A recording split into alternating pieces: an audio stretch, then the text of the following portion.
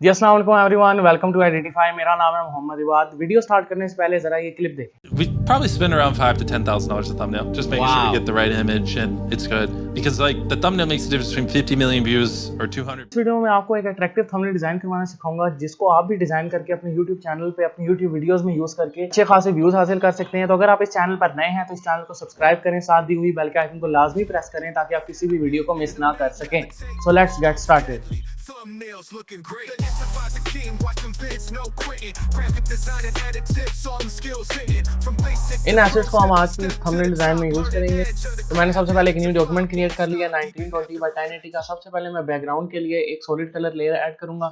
उसके लिए आपने सिंपली इस एडजस्टमेंट लेयर के आइकन पर क्लिक करना है, यहाँ से सॉलिड कलर को चूज करना है और अपने अकॉर्डिंगली यहाँ पर कोई भी कलर चूज कर लेना है। मैं यहाँ पर ब्लैक कलर को चूज कर लेता हूँ।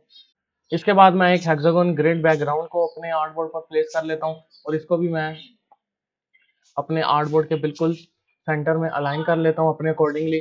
आप भी इस तरह के जो बैकग्राउंड आपको इजीली फ्री पिक पर मिल जाएंगे, आप वहाँ से इजीली जाकर इनको डाउनलोड कर सकते हैं।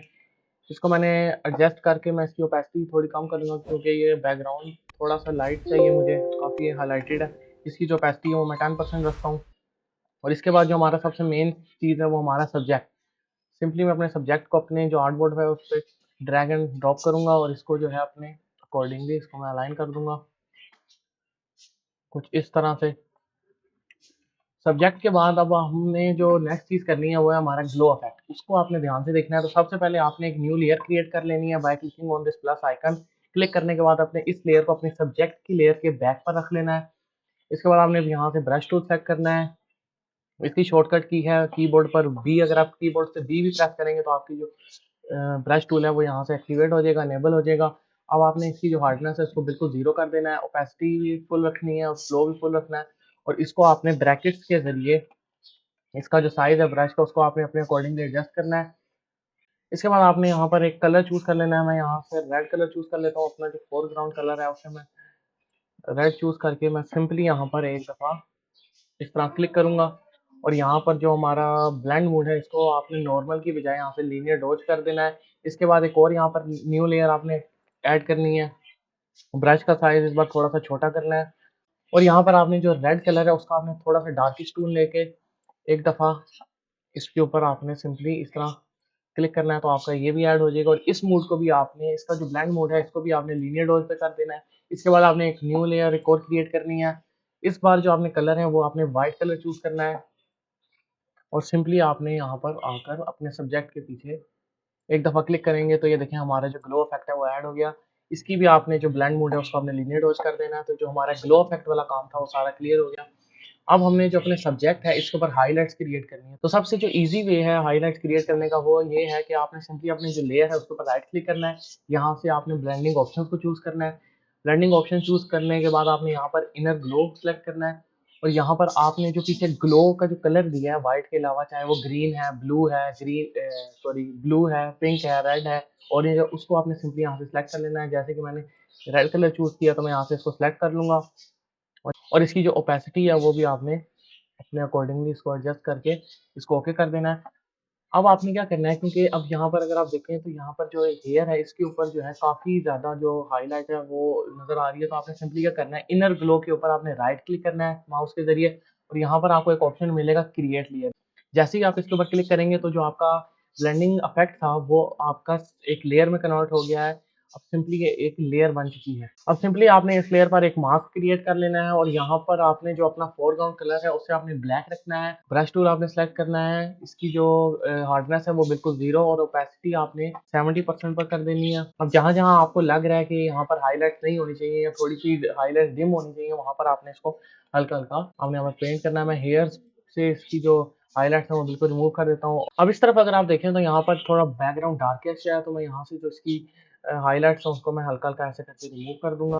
तो हमारे सब्जेक्ट के बैक पर ग्लो इफेक्ट और सब्जेक्ट पर जो हाइलाइट्स हैं वो यहाँ पर डाल चुकी हैं। अच्छा, आज की इस वीडियो में आपको एक सिंपल सब्जेक्ट की इमेज जो है एक पर्सन की इमेज इसमें ऐड कर रहा हूँ। किसी भी किस्म की जो रीटचिंग है वो मैं नहीं कर रहा। इंशाल्लाह नेक्स्ट वीडियो आएगी उसके अंदर जो है ना मैं एक प्रॉपर आपको एक डिटेल में बताऊंगा कि हम किस तरह एक इमेज का जो फेस है, एक पर्सन का जो फेस है उसे रीटच कर सकते हैं। तो हमारा जो ग्लो इफेक्ट था, जो सब्जेक्ट था और जो बैकग्राउंड था, वो यहाँ पर हमारा जो है कंप्लीट हो चुका है। बैकग्राउंड के अंदर थोड़ी बहुत एडिटिंग हम जो है एंड में करेंगे। अब इसके बाद आपने जो है अपना जो टाइप टूल सेलेक्ट कर लेना है टेक्स्ट लिखने के लिए। सिंपली आपने यहाँ से टाइप टू सेलेक्ट कर लेना है, या फिर आप कीबोर्ड पे टी प्रेस करें तो आपका जो टाइप टूल है वो अनेबल हो जाएगा। यहाँ पर आपने टाइप करना है, जो मैं फ़ॉन्ट आज की इस वीडियो में यूज़ कर रहा हूँ वो फ़ॉन्ट होगा एंटन, ANTON। इसका लिंक आपको नीचे डिस्क्रिप्शन में भी मिल जाएगा, वहाँ से इसको ईज़िली जाके डाउनलोड कर सकते हैं। फ़ॉन्ट बिल्कुल फ्री है। मैं यहाँ पर टाइप कर लेता हूँ हाउ टू अर्न, एक लाइन में कर लेता हूँ, और इसका जो साइज़ है वो मैं थोड़ा-सा इंक्रीज़ कर लेता हूँ। और इसका मैं एक डुप्लीकेट क्रिएट करूँगा। आप कंट्रोल जे करके भी डुप्लीकेट क्रिएट कर सकते हैं। और एक इसका डुप्लीकेट करने का तरीका ये है कि आप कीबोर्ड से ऑल्ट का बटन होल्ड करके आप इसको जैसे ही ड्रैग एंड ड्रॉप करेंगे तो आपका ये जो लेयर है ये डुप्लीकेट हो जाएगी। अब यहाँ पर मैं टाइप कर लेता हूँ ऑन यूट्यूब। टाइप करने के बाद आपने जो अपना टेक्स्ट है उसको आपने अपने अकॉर्डिंगली जो है अलाइन कर लेना है, और इसके जो कलर वगैरह अगर आपने चेंज करने हैं तो वो भी आपने अपने अकॉर्डिंग इसको चेंज कर लेना है। मैं यहाँ पर जो यूट्यूब का कलर है उसको मैं यहाँ पर रेड कर देता हूँ। जैसा कि यूट्यूब का कलर का जो लोगो है वो भी रेड होता है, तो मैं इसका जो कलर है उसको मैं यहाँ पर रेड कर दूंगा। इसके बाद मैं यहाँ पर एक क्वेश्चन मार्क मैंने ऐड करना है, तो उसके लिए मैं क्या करूँगा, तो सिंपली मैं अपने टेक्स्ट की एक और कॉपी क्रिएट कर लूँगा by holding alt button on keyboard, और यहाँ पर मैं एक जो है क्वेश्चन मार्क ऐड करूँगा। इसका भी जो कलर है वो मैं अपने यूट्यूब वाले टेक्स्ट की तरह इसका भी कलर मैं बिल्कुल रेड कर दूंगा, और इसका जो साइज़ है वो मैं थोड़ा सा इंक्रीज़ करूँगा। और इंक्रीज़ करने के बाद मैं इसको कुछ इस तरह से यहाँ पर ऐड कर दूंगा। अब आपने इसकी जो अलाइनमेंट है उसको आपने थोड़ा सा सेट कर लेना है, या तो आप अपने जो सब्जेक्ट है उसका साइज भी इंक्रीज या डिक्रीज कर सकते हैं। मैं सिंपली अपने जो सब्जेक्ट और जो जितनी भी ग्लो लेयर्स हैं इनको मैं सेलेक्ट करके थोड़ा सा राइट की तरफ ले जाता हूँ, ताकि हमारे जो टेक्स्ट है उसके लिए काफ़ी ज़्यादा जगह हमारे पास बच जाए। तो हमारा जो टेक्स्ट है वो भी यहाँ पर डन हो चुका है। अब आपने यहाँ पर क्या करना है, एक रेक्टेंगल टूल सेलेक्ट करना है। रेक्टेंगल टूल सेलेक्ट करने के बाद आपने यहाँ पर सिंपली इस तरह से करके एक रेक्टेंगल ड्रॉ करना है।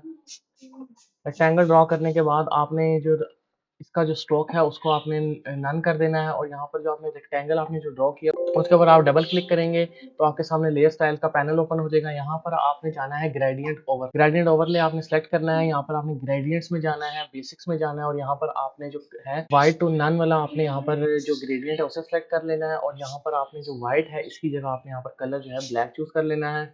और इसके बाद आपने जो इसका एंगल है उसको थोड़ा एडजस्ट कर लेना है। जैसे अगर आप यहाँ पर देखें तो ये नीचे से ऊपर की तरफ जा रहा है, तो हमें जो है बॉटम टू टॉप नहीं, हमें लेफ्ट टू राइट चाहिए। तो मैं सिंपली यहाँ पर इस एंगल्स को मैं यहाँ से इस तरह करके चेंजेस करके मैं इसको यहाँ पर चेक कर लूँगा। तो जो हमें एंगल चाहिए वो यहाँ पर ज़ीरो एंगल है। आपने भी अगर इस तरह का इफेक्ट डालना है तो आपने जो अपना एंगल सेलेक्ट करना है वो ज़ीरो सेलेक्ट करना है, और इसके बाद आपने सिंपली यहाँ पर ओके प्रेस कर देना है। और इस लेयर को मैं अपने जो टेक्स्ट है उसके बैक पर ले जाऊँगा, तो कुछ इस टाइप का हमारे पास जो है इफेक्ट आएगा। अब इसके बाद मैं यहाँ पर एक यूट्यूब के जो लोगोज़ हैं वो मैं यहाँ पर ले आता हूँ। तो सिंपली मैं यूट्यूब का लोगो यहाँ पर अपने आर्टबोर्ड पर प्लेस करूँगा, और इसे मैं अपनी तमाम लेयर्स के टॉप पर ले जाऊँगा। अब मैं इस लोगो को थोड़ा सा रोटेट करके अपने अकॉर्डिंगली आर्टबोर्ड पर प्लेस करूँगा। इसको मैं थोड़ा सा रोटेट कर लेता हूँ। इसका जो साइज़ है वो भी मैं यहाँ पर छोटा कर लेता हूँ, और इसको जो है मैं अपने इस कॉर्नर पर रख लेता हूँ। इसका साइज़ मैं थोड़ा और छोटा कर लेता हूँ। इसके बाद आपने क्या करना है, इसके ऊपर एक मोशन ब्लर ऐड करना है। उसके लिए आपने सबसे पहले इसको राइट क्लिक करना है, यहाँ पर इसको कन्वर्ट टू स्मार्ट ऑब्जेक्ट कर लेना है, ताकि अगर आपको कभी भी मोशन ब्लर की जो वैल्यू है उसको इंक्रीज़ या डिक्रीज़ करना पड़े, या उसका एंगल जो है या डिस्टेंस जो है वो अगर आपने चेंज करना है तो आप इज़िली यहाँ पर जाके कर सकें। तो आपने इसके बाद फ़िल्टर में जाना है, ब्लर में जाना है, और यहाँ से आपने सेलेक्ट करना है मोशन ब्लर।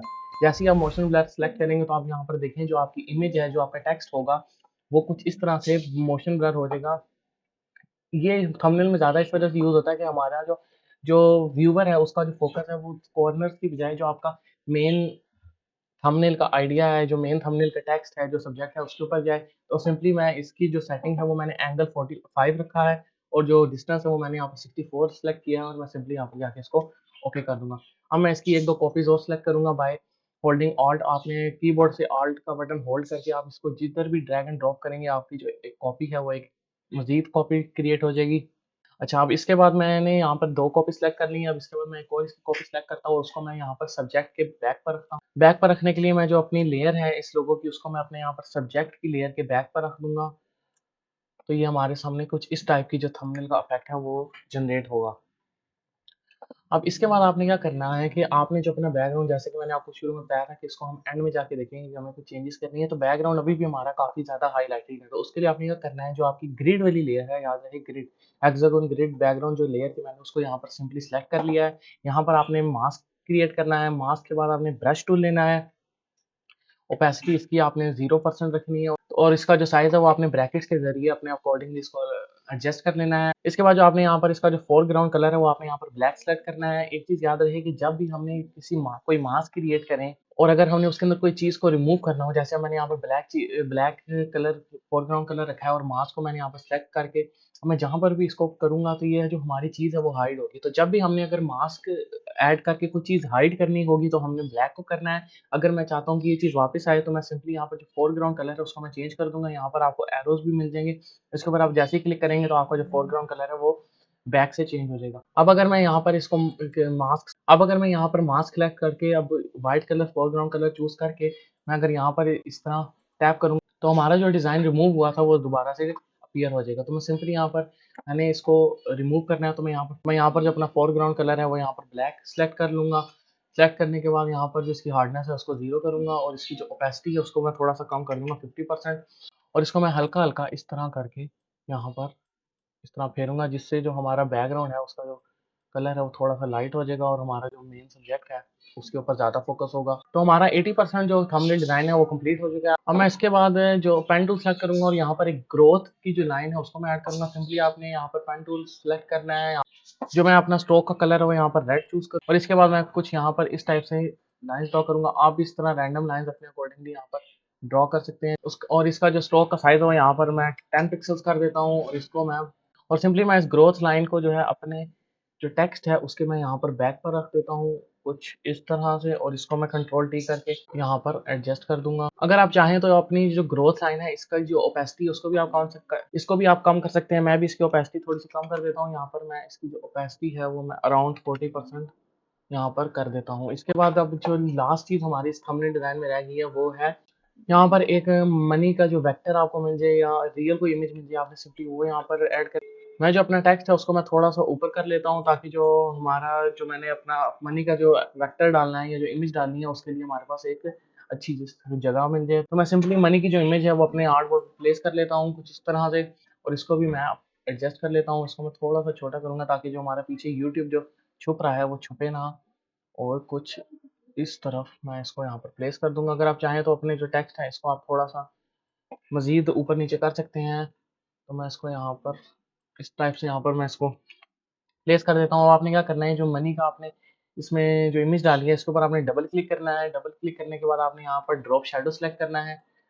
इसके बाद आपने क्या करना है कि जो आपका कलर है ड्रॉप शैडो का उसको आपने डार्किश रेड रखना है। ब्लैक शैडो कभी भी नहीं होता, उसके अंदर कोई ना कोई कलर होता है, तो इसलिए आपने जो अपना शैडो है उसको आपने रेड हो लेकिन डार्क रेड हो। इसको मैं सिंपली जो इसका कलर कोड है वो मैंने यहाँ पर सेलेक्ट किया है।